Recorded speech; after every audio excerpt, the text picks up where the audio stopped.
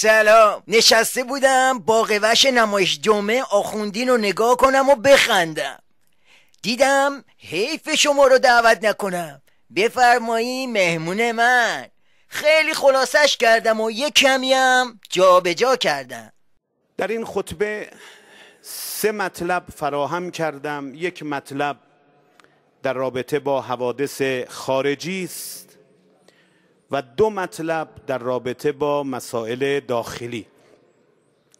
مطلبی که در رابطه با حوادث خارجی است انفجار بوستون و تگزاس در امریکا از مسائل روز جهانی است. آخه حیف نون، تو به مسائل آدما کار نداشته باش، موضع آخوندا رو بگو.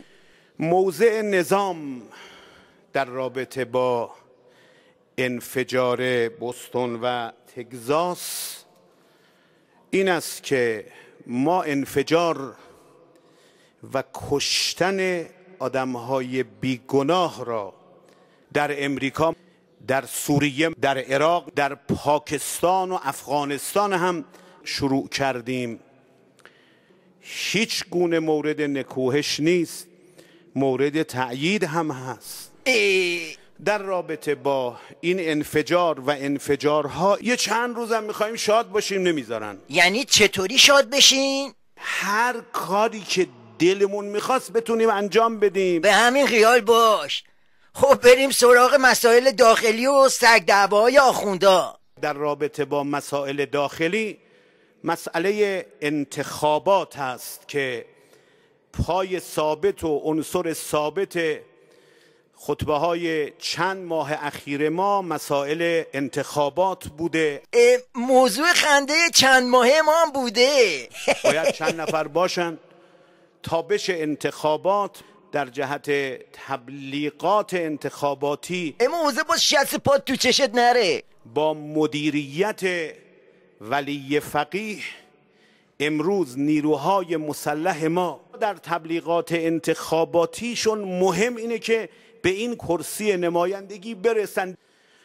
تخریب، افترا، تهمت، افشای اسرار همش مجازه. حالا وضعیت انتخابات با همه این سگ دعواها به کجا رسید؟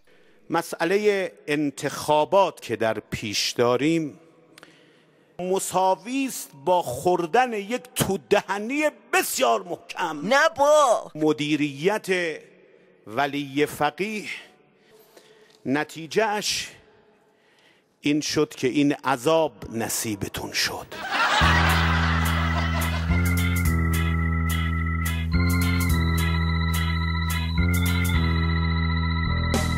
دلم خونه تو این نظام از انتخابات اصلا به ریخت ما نمیاد. میخواستم نظامم بشه تک پایه، واسه محمود خودمو کردم زایه.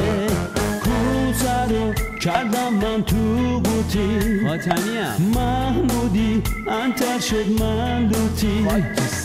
پاسدار دوزاری دولت پاسداری پیش نبردن کاری خواستیم بگازی اتم بسازی اما حالا درازی. سال 88 دوباره آوردمش، فتنه ای شد گیر کردم توی پیچ و خمش. طلسمم شکسته بادم خوابیده، چه گندی محمود بریشم کشیده.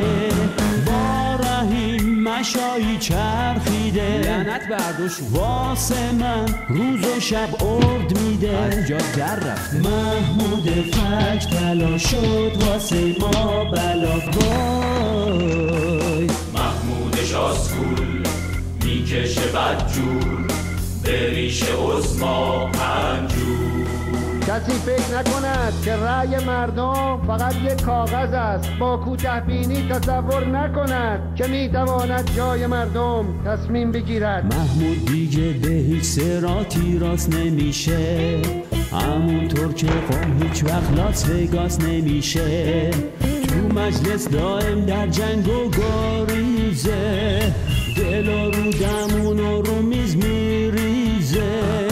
من حالا بگو چی کار کنم با این ازگل بحرانو چطور مهار کنم؟ آخه چطوری؟ میخوام خفش کنم دونو چپش کنم اما نمیتونم. وای میترسیم عاشق رو ما سوار شه، رو سرمون آواشه.